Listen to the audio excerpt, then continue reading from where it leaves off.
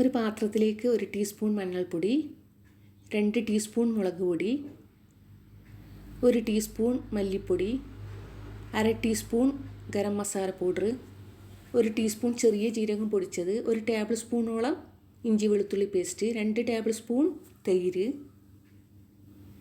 കസൂരി മേത്തി ഉണ്ടെങ്കിൽ അത് കുറച്ച് പൊടിച്ചിട്ട് ഇട്ട് കൊടുക്കാം. അതിന് ചെറിയ വിലയുള്ളൂ, ഒരുപാട് ഐറ്റംസിന് അത് ഉണ്ടാക്കാൻ പറ്റും. ആവശ്യത്തിന് ഉപ്പ്, 1 ടീസ്പൂൺ വിനീഗർ അല്ലെങ്കിൽ നാരങ്ങാനീര്, 2 ടേബിൾ സ്പൂണോളം സൺഫ്ലവർ ഓയിൽ ഇട്ടിട്ട് നല്ലോണം മിക്സാക്കി കൊടുക്കണം. മൊത്തത്തിന് നന്നായി മിക്സാകണം. അതിലേക്ക് ചിക്കൻ പീസ് ഇട്ട് കൊടുക്കാം. ഞാൻ 4 പീസ് തന്തൂരി ചിക്കൻ പീസില്ല, അതാണ് ഇട്ട് കൊടുക്കുന്നത്. കീറിട്ട് കൊടുക്കാൻ മറക്കരുത്, എന്നാലേ മസാല ഉള്ളിലേക്ക് പിടിക്കുകയുള്ളൂ. നന്നായി മിക്സാക്കി കൊടുത്തിട്ടുണ്ട്.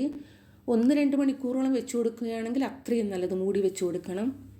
ഇതിലേക്ക് അത് മൊത്തത്തിൽ വെച്ച് കൊടുക്കാം. അടിയിൽ ഒരു അലൂമിനിയം ഫോയിൽ വെക്കാൻ മറക്കരുത്, അല്ലെങ്കിൽ ബട്ടർ പേപ്പർ ആയാലും മതി.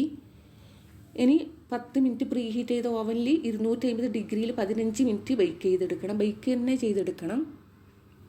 എടുത്തിട്ട് തിരിച്ചും അതേപോലെ തന്നെ തിരിച്ചിട്ടിട്ട് 15 മിനിറ്റ് 250 ഡിഗ്രിയിൽ ബേക്ക് ചെയ്തെടുക്കണം. ഒരു തവയിലേക്ക് 2 ടീസ്പൂൺ സൺഫ്ലവർ ഓയിലും 2 ടീസ്പൂൺ കെച്ചപ്പും 1 ടീസ്പൂൺ ചുവന്ന മുളക് ക്രഷാക്കിയത് 1 ടീസ്പൂൺ വിനീഗറും ആവശ്യത്തിന് ഉപ്പ് ഇട്ടിട്ട് ഒന്ന് തിളപ്പിച്ചെടുക്കണം. അത് ഇതിൻ്റെ മുകളിലേക്ക് ബ്രഷ് ചെയ്ത് കൊടുക്കാം. മൊത്തത്തിൽ എല്ലാ ഭാഗത്തും ഒന്ന് ബ്രഷ് ചെയ്ത് കൊടുത്തിട്ട് ഒരു 5 മിനിറ്റ് ഇതും ബേക്ക് ചെയ്തെടുക്കണം. 3 പ്രാവശ്യം ബേക്ക് ചെയ്തെടുക്കണം. 2 പ്രാവശ്യം 15 മിനിറ്റും ലാസ്റ്റ് ഇതൊന്ന് ബേക്ക് ചെയ്തെടുക്കാൻ വേണ്ടിയിട്ട് ഒരു 5 മിനിറ്റും അത്രയേ വേണ്ടൂ.